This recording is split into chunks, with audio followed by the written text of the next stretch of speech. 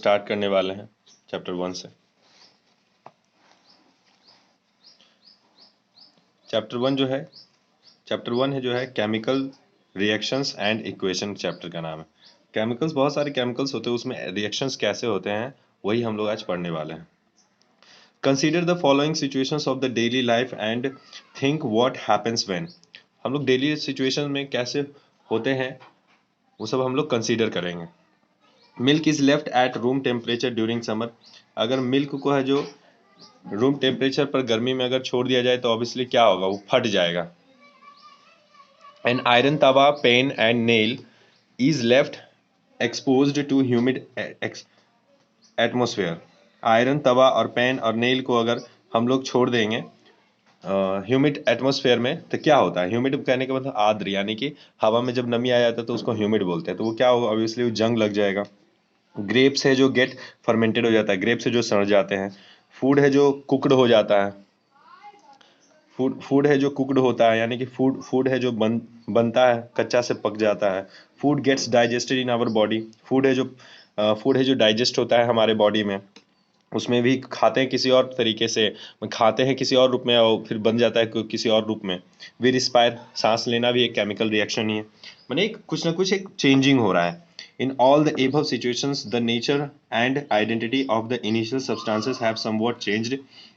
We have already learned about physical and chemical changes of the matter in our previous classes. देखिए changes है जो लगभग दो type के होते हैं, मैंने यहाँ पे लिख रखा है। चेंज दो टाइप के होता है, एक तो होता है फिजिकल चेंज और एक होता है केमिकल चेंज। फिजिकल चेंज कहने का मतलब फिजिकली उसका चेंजिंग होगा, यानी फिजिकल यानी कि उसका रूपरेखा चेंज होना। जैसे कहते हैं कि सॉलिड है जो, सॉलिड से हम लोग क्या बदल देते हैं, लिक्विड में बदल जाना। यानी सॉलिड है जो क्या एक फिजिकली रूप से जो सॉलिड में है वो बन जाता है लिक्विड में, जैसे वाटर, सॉरी आइस कन्वर्ट हो जाता है वाटर में। ये भी है जो देखिए फिजिकली है जो चेंज हो गया। और हम लोग कह सकते हैं कि इसको जो रिवर्सिबल चेंज है, यानी कि हम लोग आइस से वाटर बना सकते हैं तो वाटर से भी आइस में हम लोग इसको कन्वर्ट कर सकते हैं। वहीं केमिकल चेंज क्या है कि इसमें कुछ ना कुछ न्यू सब्सटेंस का फॉर्मेशन होगा।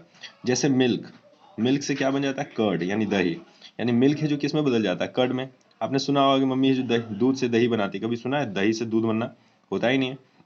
इसलिए हम लोग कहते हैं कि ये रिवर्स नहीं हो सकता, यानी दूध से दही बन सकता है लेकिन दही से दूध नहीं बन सकता है। That means this is a chemical change. Chemical change में कुछ नया सब्सटेंस बनता है, जबकि फिजिकल चेंज में किसी टाइप का न्यू सब्सटेंसेस नहीं बनते हैं। Whenever a chemical change occurs, we can say that a chemical reaction has taken place.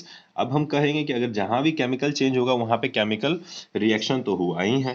You may perhaps been wondering as to what is actually meant by a chemical reaction. अब आपको सोच रहे होंगे कि ये केमिकल रिएक्शन है तो है क्या। How do we come to know what a chemical reaction has taken place. Chemical reaction होता कैसे है। Let us perform some activities to find the answer to this question. कुछ एक्टिविटीज करते हैं, उससे हम लोग आंसर फाइंड करने की कोशिश करेंगे। जैसे यहाँ पे एक एक्टिविटी दे रहा है, एक बर्नर ले लिया हूँ, एक टोंग्स से है जो क्या बोलता है मैग्नीशियम रिबन को जलाने की कोशिश कर रहा हूँ बर्नर से। एक ग्लास का है जो वॉच ग्लास ले लिया हूँ, कटोरी। जब मैं बर्नर के हेल्प से, टोंग्स के हेल्प से मैग्नीशियम रिवर को जब जलाता हूँ, ये ऑक्सीजन के प्रेजेंट, हवा में तो ऑक्सीजन है ही, मैग्नीशियम जो है ऑक्सीजन के प्रेजेंटेशन में जल के एक ऐश के रूप में गिरता है, ऐश बन जाता है। और वो जो ऐश है ना मैग्नीशियम ऑक्साइड में कन्वर्ट हो जाता है। यानी मैग्नीशियम जो है ऑक्सीजन से रिएक्शन करके क्या बना दिया, magnesium oxide. Burning of a magnesium ribbon in air and collection of magnesium oxide in watch glass. Magnesium oxide को वॉच ग्लास में इकट्ठा करना।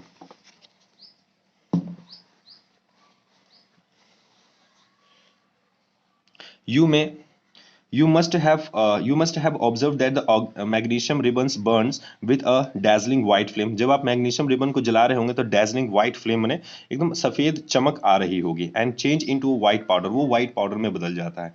This powder is magnesium oxide. ये पाउडर क्या होता है, मैग्नीशियम ऑक्साइड होता है, यानी MgO। हम लोग इसको MgO के नाम से भी जानते हैं, मैग्नीशियम प्लस ऑक्सीजन मिलके मैग्नीशियम ऑक्साइड बन गया। This is formed due to reaction between the magnesium and oxygen present in the air, जो मैं अभी पीछे बताया। कुछ और यहाँ पे एक्टिविटीज़ हैं, जैसे क्या बोलता है lead nitrate solution in a test tube. Test tube में अगर कॉर्क ले लिया, ठीक है। और भी है, take a few zinc granules in a conical flask और अ टेस्ट ट्यूब में, जैसे कॉर्क ले लिया, जैसे यहाँ पे एक दिखा रहा है, कॉर्क ले लिया, ग्लास ट्यूब लिया, इससे से हाइड्रोजन गैस इसमें डाल रहा है कॉनिकल फ्लास्क में। डिल्यूट सल्फ्यूरिक एसिड के प्रेजेंटेशन में जिंक ग्रैन्यूल्स को जब हाइड्रोजन गैस इसमें डालते हैं तो एक टेम्परेचर प्रोड्यूस होता है। From the above three activities, we can say that any of the following observation help us to determine whether a chemical reaction has taken place. अच्छा, हमको पता कि तीनों एक्टिविटी से हम लोगों ने यह बात को फाइंड किया कि जब केमिकल रिएक्शन होता है तो कुछ ना कुछ उसमें चेंजेस आते हैं। वो चेंजेस हम लोग नोट डाउन करेंगे। पहला चेंज आता है चेंज इन स्टेट, उसका स्टेट है जो बदल जाता है, यानी कि उसका रूपरेखा कुछ ना कुछ तो चेंज होगा ही। चेंज इन कलर, उसका कलर जरूर हो, शायद उसका कलर भी चेंज हो सकता है। एवोल्यूशन ऑफ गैस, गैस भी निकल सकता है, या फिर चेंज इन टेम्परेचर, या फिर उसका टेम्परेचर बदल सकता है। अगर इन तरह की चीजें अगर होता है तो हम कह सकते हैं कि ये पक्का यहाँ पे केमिकल रिएक्शन हुआ ही है। As we observe the change around us, we can see that there is a large variety of chemical reactions taking place around us. We will study about the various types of the chemical reactions and their symbolic representation in this chapter. हम लोग इस chapter में बहुत ही symbolic representation पढ़ेंगे chemical reactions के। Now let's start. Chemical equation. अच्छा, chemical equation होता कैसे है? When a magnesium ribbon is burnt with in oxygen, it gets converted to magnesium oxide. This descriptions of a chemical reactions in a sentence form a quite long. अगर हम क्या बोलते हैं, magnesium ribbon को जब हम लोग जला रहे थे एयर के प्रेजेंटेशन में, तो अगर वैसे लिखेंगे इतना बड़ा में तो बहुत लंबा हो जाएगा लिखने में, तो वैसे तो सही नहीं रहेगा ना।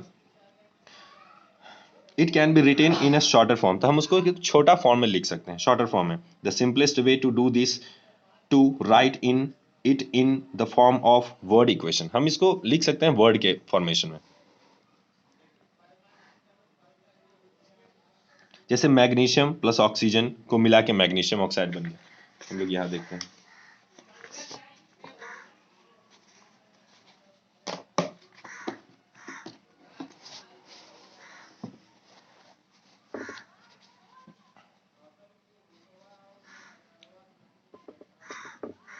मैग्नीशियम प्लस ऑक्सीजन को जब मिलाते हैं तो क्या बन जाता है, मैग्नीशियम ऑक्साइड बन जाता है। अच्छा, ये होता क्या, ये एरो क्या है, ये साइड क्या है? जो एरो के इस साइड वाले होते हैं इसको LHS बोलते हैं, लेफ्ट हैंड साइड, यानी कि लेफ्ट हैंड साइड वाला। और इधर वाले साइड को हम लोग बोलते हैं RHS, right hand side. Arrow की इस साइड वाले को लेफ्ट हैंड साइड, एरो की इस साइड वाले को RHS। लेफ्ट हैंड साइड वाले ये है क्या, इस चीजों को बोलते हैं रिएक्टेंट्स। रिएक्टेंट्स हो गया। और ये जो एरो की राइट हैंड साइड में उसको प्रोडक्ट बोलते हैं, प्रोडक्ट्स। ठीक है, तो इसमें मैग्नीशियम भी एक रिएक्टेंट है, ऑक्सीजन भी रिएक्टेंट है। जब मैग्नीशियम ऑक्सीजन के साथ रिएक्ट किया, मैंने जोड़ दिया यानी जोड़ा यानी जुटा, रिएक्ट किया, तो वो क्या बन गया, प्रोडक्ट बन गया। तो ये जो एरो दिखा रहा है वो प्रोडक्ट की ओर दिखा रहा है, यानी ये एक्शन रिएक्शन जो किस और हो रही है, एरो रिप्रेजेंट कर रहा है। ठीक है,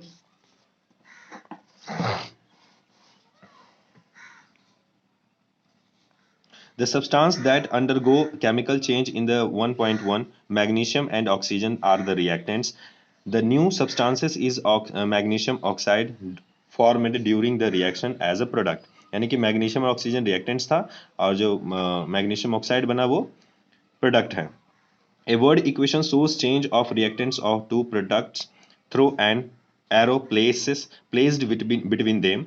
The reactants are written on the left hand side with a plus sign between them. Similarly, the products are written on the right hand side RHS with a plus sign between them. The arrowhead points towards the products and shows the direction of the reaction. जो arrow दिखा रहा था कि reaction जो है किस ओर हो रहा है।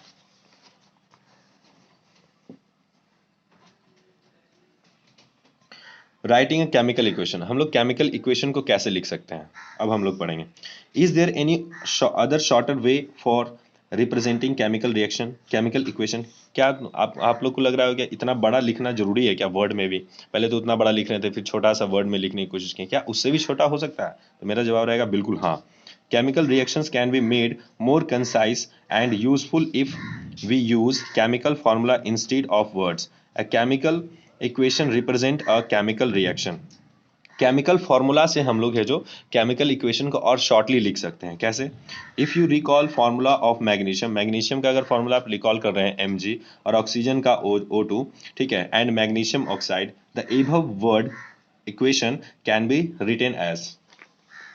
हम ऊपर वाले को लिख सकते हैं इस तरह से, जैसे मैग्नीशियम को हम लोग लिख सकते हैं Mg, ऑक्सीजन को लिख सकते हैं O2, ये तो एरो रिप्रेजेंट कर रहा है, और मैग्नीशियम ऑक्साइड को लिख सकते हैं MgO। अगर हम देखने की कोशिश करें तो ये अनबैलेंस्ड इक्वेशन है, क्योंकि यहाँ पे मैग्नीशियम एक है, यहाँ पे भी मैग्नीशियम एक है, ऑक्सीजन यहाँ पे दो हो गया, यहाँ पे ये एक हो गया, यानी ये इक्वेशन कैसा अनबैलेंस्ड है। अनबैलेंस्ड कहने का मतलब है यहाँ दोनों तरफ LHS एंड RHS के तरफ जो है मास जो है दोनों का सेम नहीं है। तो इस टाइप के इक्वेशन को हम लोग अनबैलेंस्ड इक्वेशन भी कहते हैं, अनबैलेंस्ड इक्वेशन। अनबैलेंस्ड इक्वेशन को हम लोग स्केलेटल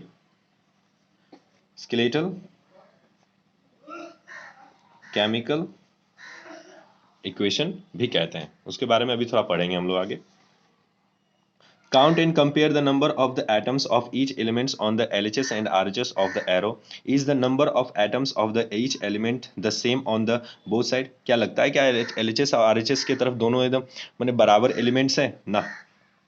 If yes, अगर तुम्हें लगता है कि ऐसा हाँ, then the equation is balanced, तब तुम कह सकते हो कि इक्वेशन बैलेंस्ड है। If not, अगर नहीं है तो then the equation is unbalanced, यानी हम कह सकते हैं इक्वेशन अनबैलेंस्ड है, because the mass is not the same on the both side of the equation. Such a chemical equation is a skeletal chemical equation for a reaction. Equation 1.2 is a skeletal chemical equation for the burning of magnesium in the air. इस equation को हम लोग कह सकते हैं कि ये क्या है कि skeletal chemical equation है। अच्छा, तो बैलेंस कैसे करेंगे? बैलेंस्ड केमिकल इक्वेशन, तो हम लोग देखते हैं बैलेंस्ड कैसे होता है। Recall the law of conservation of mass that you have studied in the class 9.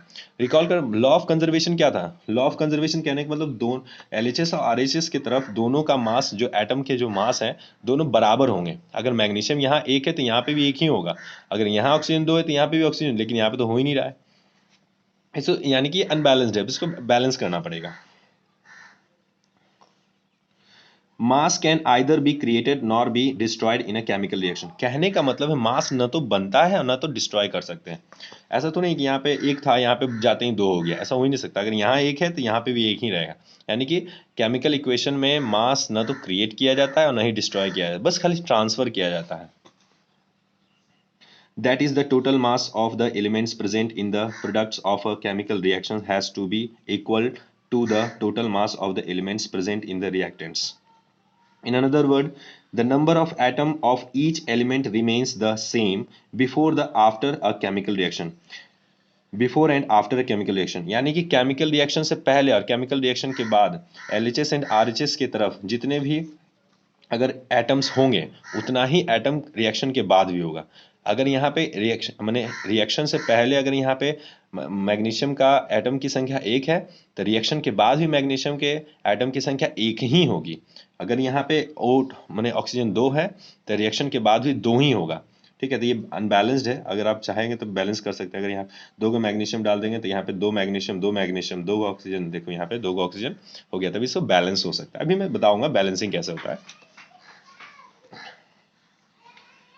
Hence, we need to balance a skeletal chemical equation. Is the chemical equation 1.2 balanced? ना, वो बैलेंस नहीं था 1.2 वाला।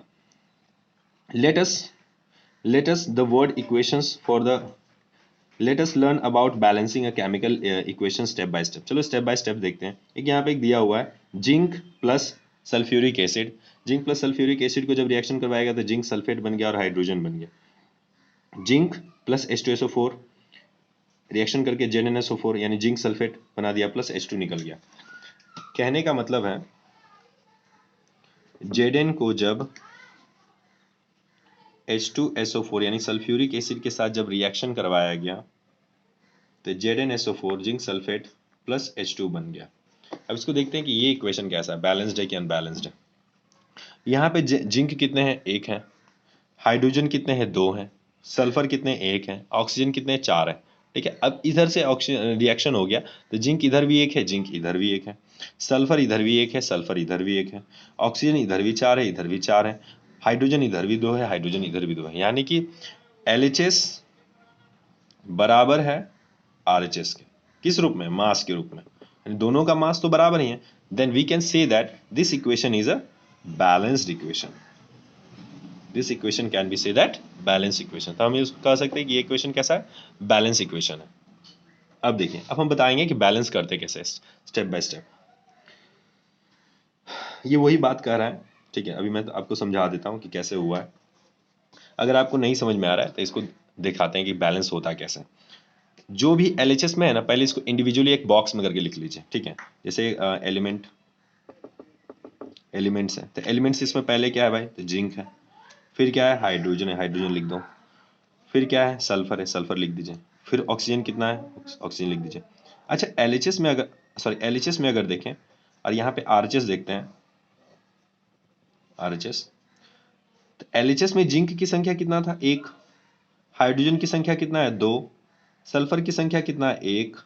ऑक्सीजन की संख्या कितना है, 4। अगर आपको सीखना है बैलेंसिंग करना है कैसे, तो आपको बनाना ही पड़ेगा, पता करना पड़ेगा, इंडिविजुअली चेक करना पड़ेगा कि जिंक कितना है, हाइड्रोजन कितना है, सल्फर कितना है, ऑक्सीजन कितना है। मैंने चेक कर लिया। अब इधर देखते हैं, इधर कितना है RHS में, जिंक 1 है। जिंक कितना है, 1 है। सल्फर इधर कितना है, 1 ही है। ऑक्सीजन कितना है, सॉरी ऑक्सीजन कितना है, 4 है। और हाइड्रोजन इधर 2 है, सॉरी 2 लिखा गया।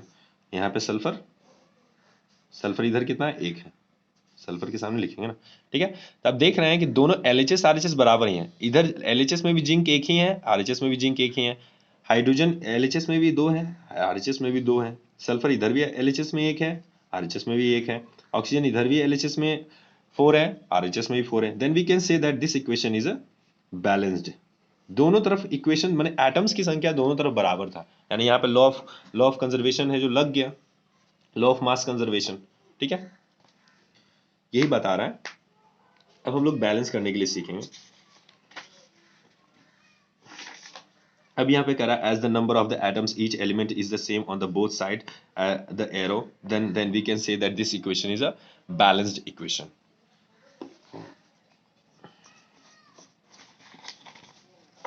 इस बुक में अगर आप देखिएगा तो यहाँ पे एक इक्वेशन लिखा हुआ, मैं यहाँ पे लिख के दिखाता हूँ।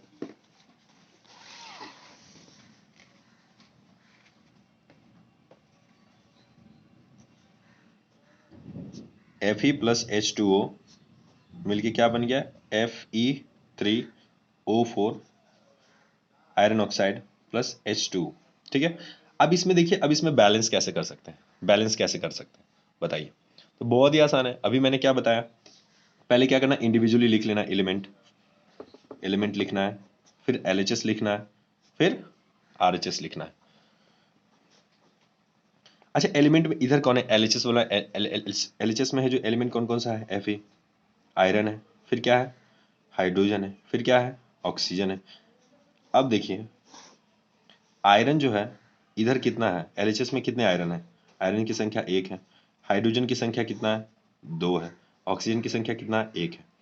अब अगर हम इधर देखें तो इधर जो है आयरन की संख्या 3 है RHS में, ऑक्सीजन की संख्या 4 है, और हाइड्रोजन की संख्या 2 है।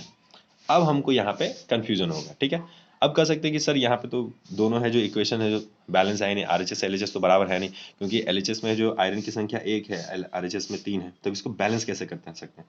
तो हम करेंगे इसको, इसके बराबर बनाने की कोशिश करेंगे, इसके बराबर। अगर 1 में अगर हम 3 मल्टीपल करते हैं तो क्या 3 इंटू 1 3 नहीं होगा, तो 3 तो 3 हो जाएगा। हाइड्रोजन तो बैलेंस है ही, तो हाइड्रोजन का बैलेंस नहीं करेंगे। ऑक्सीजन इधर के को 1 है, इधर के को 4 है, इधर भी हमको कितना करना पड़ेगा, 4 से 4 करना पड़ेगा। ठीक है, 4 से मल्टीपल करेंगे तो हो जाएगा।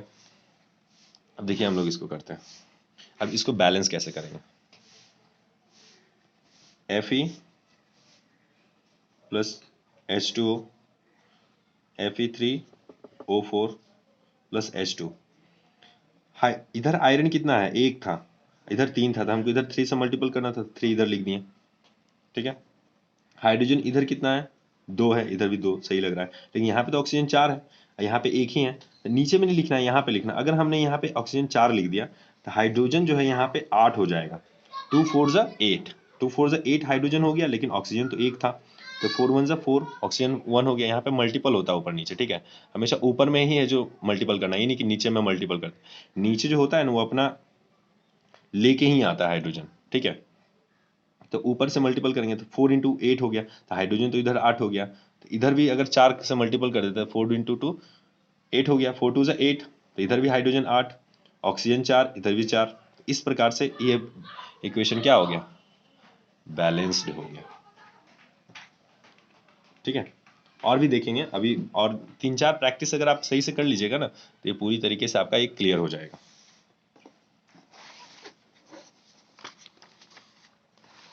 यहाँ पे तो बुक में बहुत ही अलग तरीके से समझाया हुआ है, आप उसको एक बार पढ़ लीजिएगा, ठीक है वही चीज़ जो मैंने आपको बताया। मैं 2 3 दे देता हूँ आपको।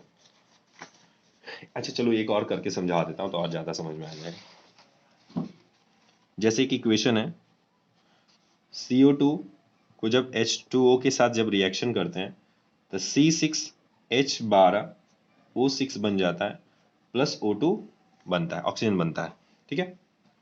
ये रिस्पायरेशन प्रोसेस में होता है, प्लांट्स के द्वारा करता है। तो इसमें इसको कैसे बैलेंस करेंगे, वही फॉर्मूला एलिमेंट लिख देना है, कार्बन है, ऑक्सीजन है और हाइड्रोजन है, इतना ही एलिमेंट है। LHS में देख लेते हैं, फिर RHS में देख लेंगे। LHS में कार्बन की संख्या इधर कितना है, 1 है, ऑक्सीजन की संख्या 2 इधर और 1 इधर है ना, यानी कितना 3 ऑक्सीजन है। इधर हाइड्रोजन कितना है, 2 है।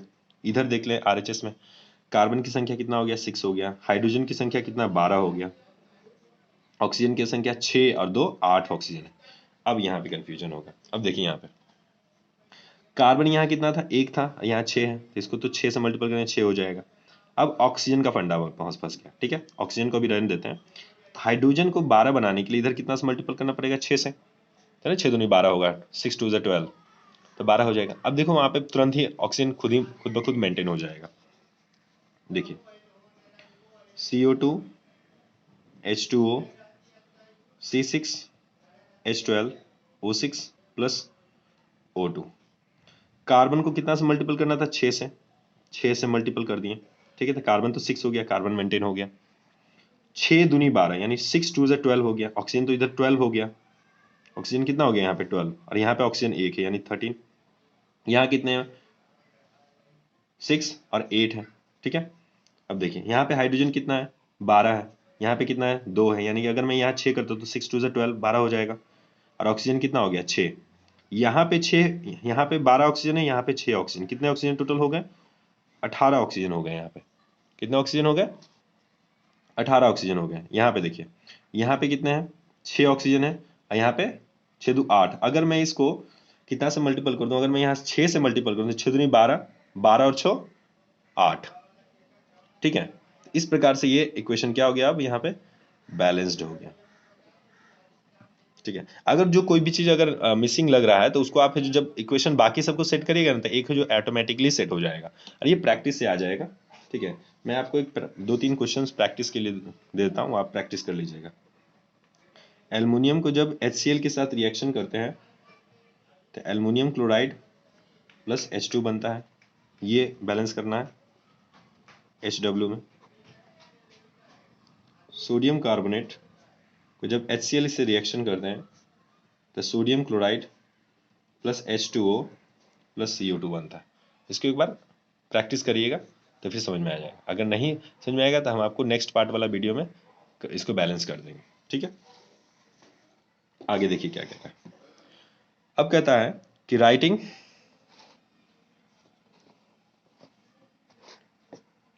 writing symbol of a physical state, writing symbol of physical state, carefully examine the above equation, balanced equation, does this equation tell us anything about physical state। अगर हम ऊपर में देख रहे थे, अभी हम देख रहे थे F3Fe यानी कि 3Fe 4H2O, Fe3O4 यानी आयरन ऑक्साइड 4H2O, क्या ये किसी टाइप का फिजिकल प्रॉपर्टी बता रहा है कि आयरन लोहा में है, सॉलिड है कि लिक्विड है कि गैस है, कुछ पता चल रहा है, कुछ नहीं पता चल रहा है, तो फिजिकल स्टेट नहीं दे रहा है इक्वेशन है जो। No information has been given in this equation about their physical states, यानी कि फिजिकल स्टेट का कुछ भी जानकारी नहीं दे रहा है। To make a chemical equation more informative, the physical states of the reactants and the products are mentioned along with their chemical formula, यानी कि अगर आपको एकदम करेक्ट इंफॉर्मेशन अगर पता करना है तो आपको फिजिकल स्टेट के साथ साथ केमिकल फार्मूला के साथ साथ फिजिकल स्टेट भी देना पड़ेगा, तो वो केमिकल तो वो इक्वेशन ज़्यादा मोर इंफॉर्मेटिव होगा, ज़्यादा मतलब इंफॉर्मेशन देगा। अच्छा, स्टेट कौन कौन से हो सकते हैं? द गैसियस स्टेट में हो सकता है, लिक्विड स्टेट में हो सकता है, एक्वियस स्टेट में हो सकता है, solid states of reactants and the products are represented by the notation G, L, AQ and S respectively. जरा समझ लेते हैं इसको।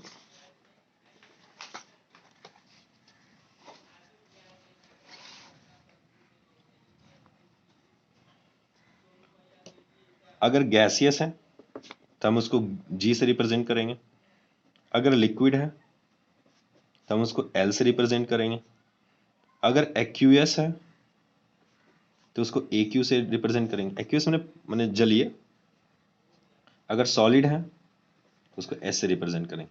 एक बच्चे बोलता है कि सर लिक्विड और एक्यूएस में क्या डिफरेंस है? कोई डिफरेंस नहीं, डिफरेंस है, ठीक है, देखो ध्यान से। The word aqueous is written if the reactants or the product is present as a solution in water। अगर aqueous वो तभी होगा अगर रिएक्टेंट और प्रोडक्ट अगर वो वाटर के साथ मिक्स्ड होगा, अगर वो वाटर के साथ अगर मिक्स्ड होगा, रिएक्टेंट हो या फिर प्रोडक्ट होता, हम उसको क्या बोलेंगे कि वो एक्यूअस फॉर्मेशन में। लिक्विड में तो कुछ भी हो सकता है, जैसे लोहा पिघलता है, जब आयरन है जो मेल्टेड रहता है तो वो भी तो लिक्विड में ही रहता है ना, मेल्टेड आयरन, तो उसको एल में लिखेंगे। अगर वो पानी के साथ मिला हुआ है, जैसे नमक और पानी, नमक पानी का ये सोल्यूशन, तो वो एक्यूअस हो गया। ठीक है, इतना बात समझ में आ गया? ये सिंबल बहुत ही इंपॉर्टेंट है, अब याद कर लिए। गैस के लिए G, लिक्विड के लिए L, एक्यूअस के लिए AQ, सॉलिड के लिए S। अब एक रिप्रेजेंटेशन करके दिखा देते हैं।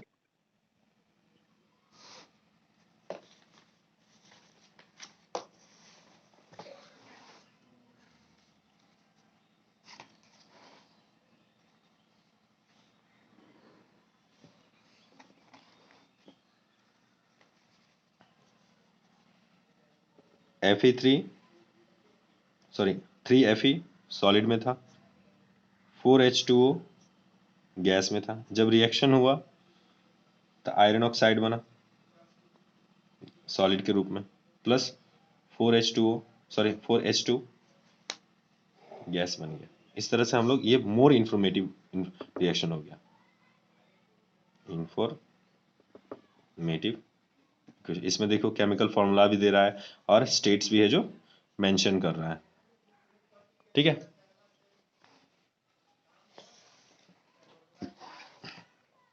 note that the symbols G is used to the H2O is to indicate that in this reaction water is used in the form of steam।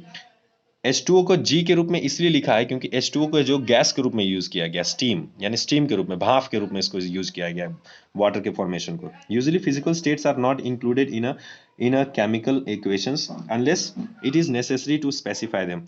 जैसे लगभग फिजिकल स्टेट्स तो जल्दी मतलब उसमें दिखाता नहीं है, लेकिन अगर आप दिखा दीजिएगा तो ज़्यादा मतलब मोर इंफॉर्मेटिव होता है। Sometimes the reactions conditions such as the temperature, pressure and catalyst etc for the reactions are indicated above and below the arrow in the equation। कभी कभी क्या होता है कि टेम्परेचर,